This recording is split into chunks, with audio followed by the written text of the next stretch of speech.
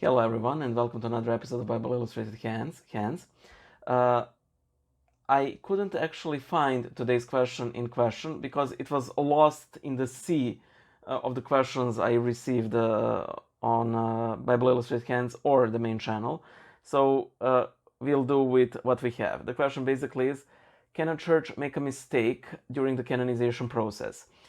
The Church cannot make a mistake during the canonization process because she's led by the Holy Spirit and because the declaration of canonization is binding on the entire Church, no mistake can be made. This is something you can read on Orthodox websites, and I have no idea where people are pulling this out from because it is simply not true. Because you can't really make a parallel with the ecumenical council because what we believe as regards to ecumenical councils is a matter of life and death and our spiritual life and perdition, whereas we do not find salvation in believing whether a particular person or a number of people are saints. So it does not really match up. Also, the Church has sort of softly said that canonizations can be faulty. For example, St. John Chrysostom has ranted a lot in his homilies about people who have venerated false saints. This may have been heretical martyrs or people who, despite the condemnation of the Church of that practice, impose martyrdom on themselves, even going as far as to attack people on the roads in hoping to get killed in return and thus achieve some sort of twisted, perverted martyrdom. Or in some cases both of these, because there were a lot of cults at the time who actually did this. Also, St. Cyprian of Carthage said that the canonization process must be done with due diligence, precisely because of that. Otherwise, if the Church cannot make a mistake, there wouldn't be that much need for some sort of diligent process. And in the end, the very fact that we have... I need to turn off the monitor, sorry, the glare is killing me. And in the end, the very fact that we have a canonization process, as opposed to earlier Christian practice of saints arising from popular devotion and veneration, indicates that the previous mode of canonization had some glaring issues that needed to be remedied by the hierarchy. So there's that. In the continuation of this video, I will list a couple of categories of issues that we may find in existing canonizations, as it were, and I'll generally list one example per category. This is not something. This is really not something that I have devoted a lot of research into, but some sort of scholarly analysis of this would actually be rather interesting. The first canonization issue that we may encounter is faulty number of saints. I list two examples, that of the Holy Innocents and the Martyrs of Jasenovac. Regarding the Holy Innocents, the general traditional number given in our Lives of the Saints is 14,000, so that basically Herod killed around 14,000 children in order to kill Christ. If he killed 40,000 children of 2 years and younger around Bethlehem, that would imply that Bethlehem was a huge city, huge, like metropolis for its time and its surroundings. So the number is faulty. The second example is the Martyrs of Jasenovac. Official church figures for this canonization is 60,000. This number is the high end. It may be true. It is possible that it is true, but whether it was so, it is sort of difficult to discern. The local bishop of Pakrac, John Tulibrk, is doing a lot of work to enumerate all of the martyrs by asking all of people to send in names of the family members they know for sure who have perished in the area during those atrocities in the Second World War. I'm not really sure, but I think that at the time he has around 70,000 names. This problem is further compounded by the issue that, of course, the entire families were completely annihilated in the atrocities. So the actual number is very difficult to pin down. I think that the number of 60,000 is actually the number that was used by the Nazis, but this number may have been inflated in part in order to brag about the number. So it is difficult. As regards this canonization go, I don't think that this is all that problematic, because you won't say like, oh, 11th 541st Holy Innocent, pray for me. You will generally refer to all of the martyrs, or some specific martyr by name if you feel particular devotion, but that is already an indication that that person particularly has existed. So this isn't all that big of an issue. A bigger sort of an issue is the saints that may not have actually existed. Again, I'll list one example. The most glaring one that I have encountered is Saint Alexandra of Rome. Saint Alexandra of Rome is a supposed wife of Emperor Diocletian that was supposedly converted while witnessing the martyrdom of Saint George the Great Martyr, and was executed by her husband. The issue is Diocletian never had a wife called Alexandra that was executed at the time of St. George or was a Christian. He did have a wife, Prisca. She may or probably have been a Christian, but she wasn't executed by him. She witnessed no martyrdom of St. George. She was killed in later political upheavals. Now, there may be a way out of this, because there are actually two versions of the lives of St. George.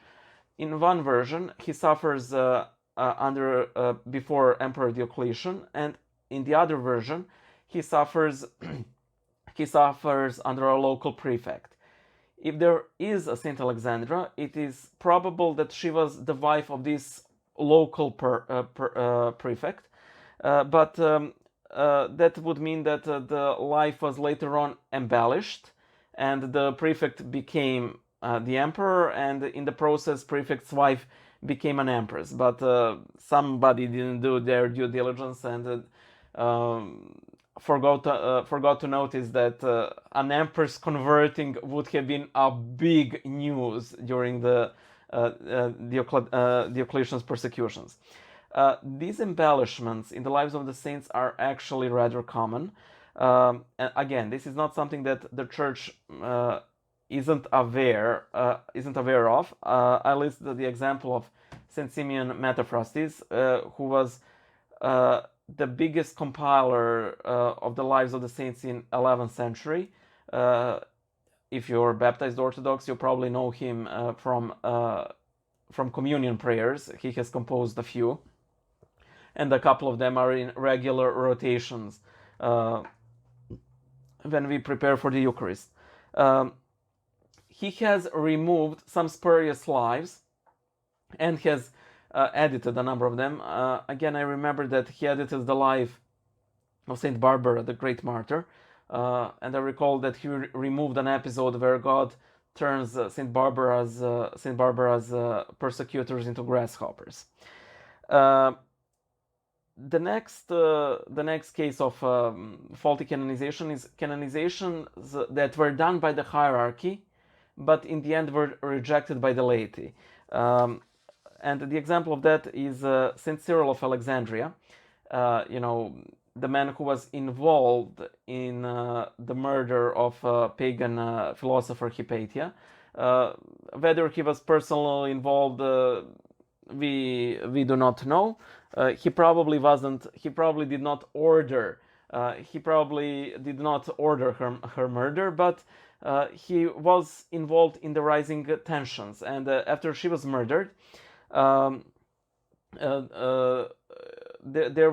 was a scuffle with the local prefect, and one of the monks and one of the monks, Ammonius, threw a rock and hit the local prefect, which nearly killed the prefect. He was arrested, tortured, and killed. And Saint Cyril called him a martyr, called him a saint, changed his name. I need to check. Sorry, to Thomasius, which means the wonderful.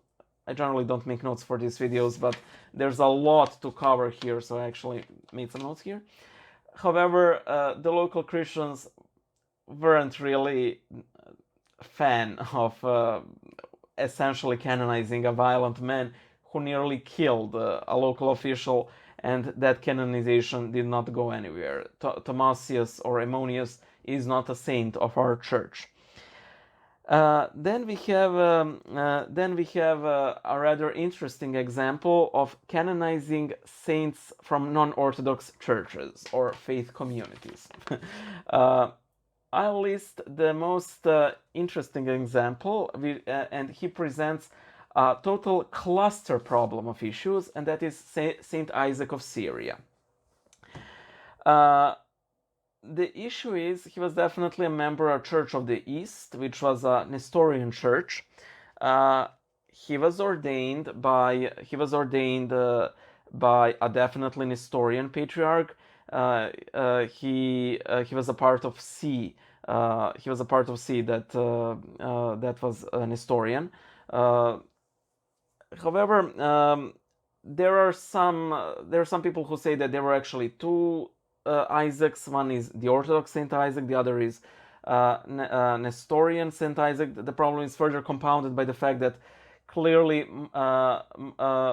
monophysites try to claim Saint Isaac as their own. Then there were a lot of forgeries going around. Also, there's a very interesting case involving Saint Paisios of the Holy Mountain, because he really enjoyed his ascetical homilies.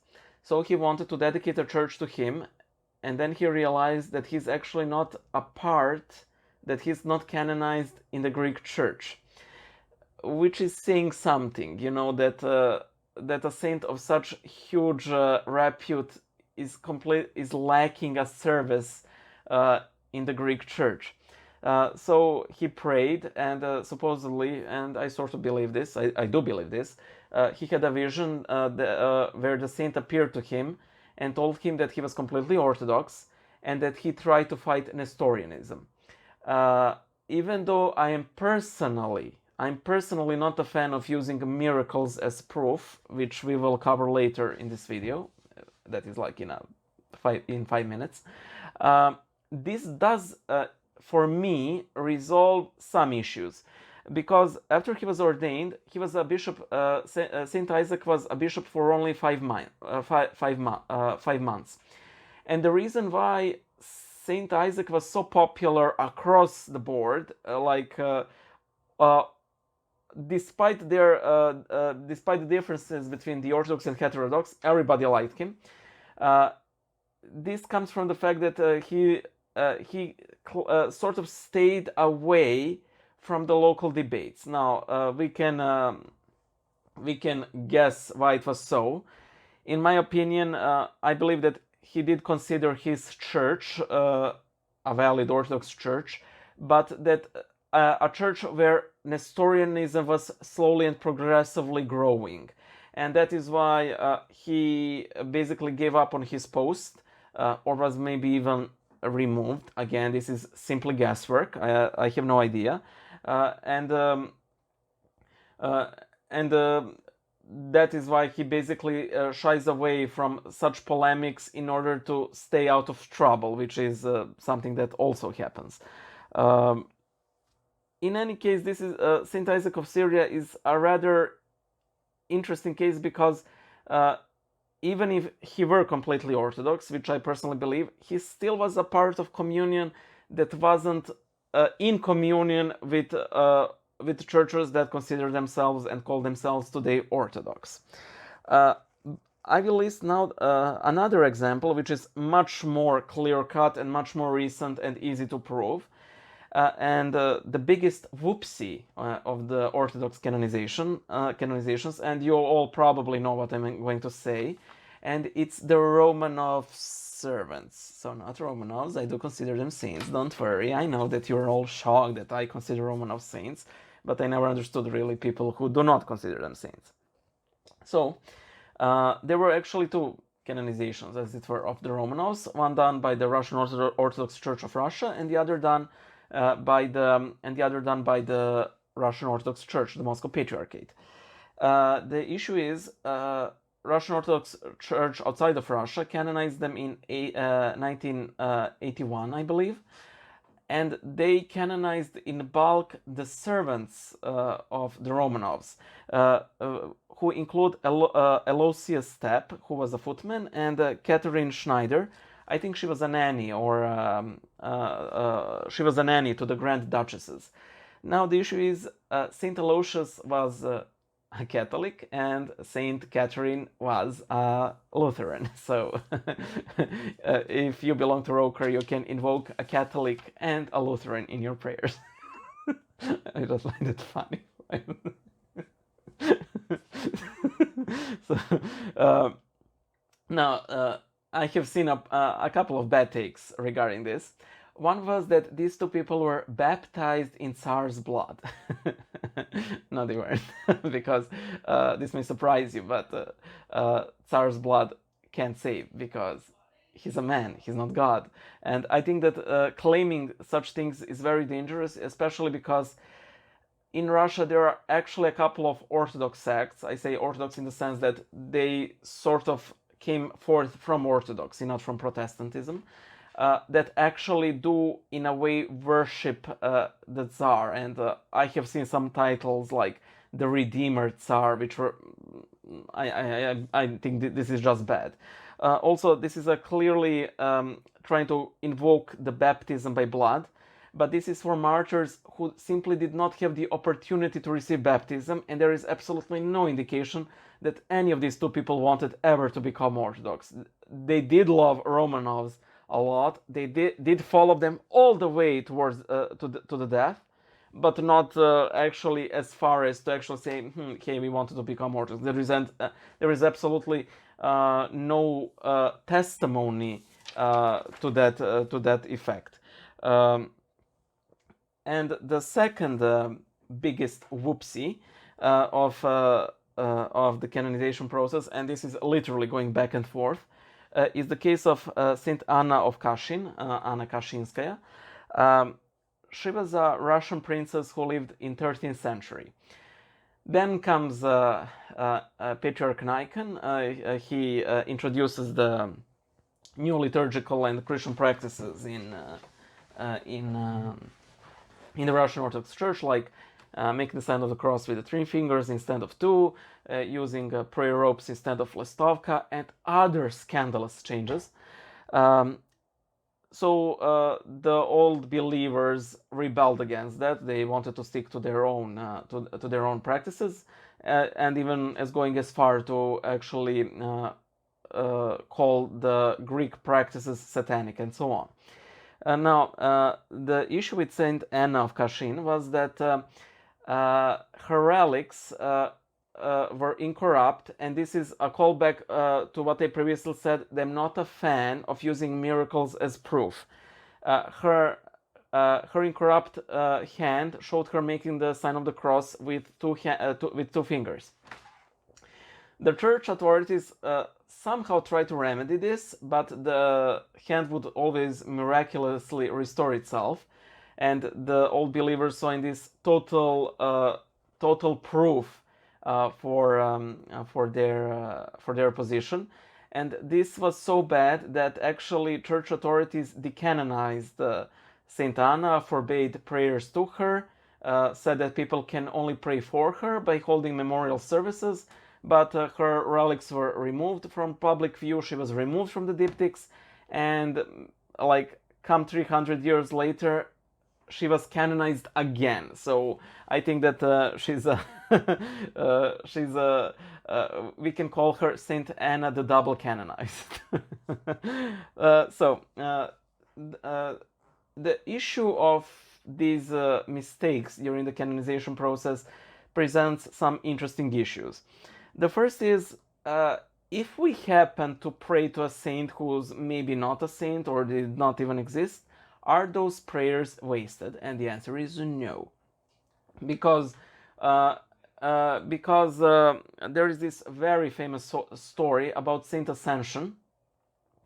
There was this Antonite monk who was ill, and his sort of simple-minded brother in the monastery, he wanted to fry him some fish, but he didn't have any, and he went into the church kitchen, monastery kitchen, and for some reason or other, he thought that Ascension was a female saint. So he prayed, "Oh, Saint Ascension, please pray that I may find a fish for my brother." And as the story goes, a fish flew in through the window right into the frying pan. This is simply shows the power of simple but ardent belief. The second issue is, can you pick and choose which saint you observe? Nope, because that is something that the Church has done, and while there may be an occasional mistake here or there, these mistakes are really, really few and far between. These examples that I have listed, this is probably the most I could list. There may have been more, but not like overwhelming. And the odds of you making a mistake and decanonizing a real saint are much higher, much higher than the Church doing so, because the Church is, after all, a divine and a human organism, while you personally are nearly exclusively human organism with an occasional shine of grace. So do not be actually tempted to pick and choose which saints you observe, which ones you don't, and so on. You're not obliged to actually pray to, well, any of the saints, with possible exception with, like, I don't know, Mother of God and whatever saints that may actually be invoked in a service that you're attending. As Pope says to Peter in Family Guy, "Peter, the commandments tell, honor thy mother and thy father." It says nothing about loving them. So it's sort of like that. Do your work, and that's it. Now, to wrap this up, I will return to the case of faulty canonization of the servants of the Romanovs, and read the statement that was issued by the Moscow Patriarchate, because I'll read it directly. So, a single list of new martyrs can be compiled by the Moscow Patriarchate and the Russian Church outside of Russia is now a part of it within a year, said Archpriest Georgy Mitrofanov, a member of the Synodal Canonization Commission. If it is needed, he explained, because in its time the Russian Church outside of Russia canonized new martyrs altogether, including them in the list of saints all at once, because it had no opportunity to look into the fate of each separately. In addition, the Row Court had no access to the archives which documented the behavior of a particular person during the interrogations, because I think that this indicates that they may have canonized in bulk some other people who maybe have recanted and so on. Here are excerpts from the report of the Holy Synod Commission on the Canonization of Saints with respect to the martyrdom of the imperial family that was issued in 1996. And what could be said of the unprecedented historical analogy, from the Orthodox point of view, of the decision of the Synod abroad to include among those canonized within the royal family the martyred Tsar's servants, the Roman Catholic Aloysius Yergovich Trupp, and the court tutor, the Lutheran Catherine Adolphna Schneider. The commission came to the conclusion, and this is very interesting, that a very appropriate way of honoring the Christian feats of the royal family's loyal servants who shared their tragic fate would be to immortalize this feat into the written lives of the Russian martyrs. Thus, at the present time, the violent death suffered by these laymen as a result of their carrying out their moral duty to the royal family cannot be presumed to be martyrs' death for confessing the Christian faith. Basically, they said that they're not really martyrs, which is something that the church has said about Romanovs as well. They're not martyrs. They did not suffer because they were Christians. They were passion bearers. They accepted their tragic death in a Christian manner. They're sort of saying that, but the interesting thing, they did not. Well, they're sort of decanonizing them, that they should not be seen as saints in the Orthodox Church. Still, they affirm their fidelity even unto death to the royal passion bearers by simply keeping them in the life. I personally believe this is a very wise move and a very beautiful move in a way of affirming these servants' love for their Romanov overlords. Thank you so much for this video, and pray to saints. Bye.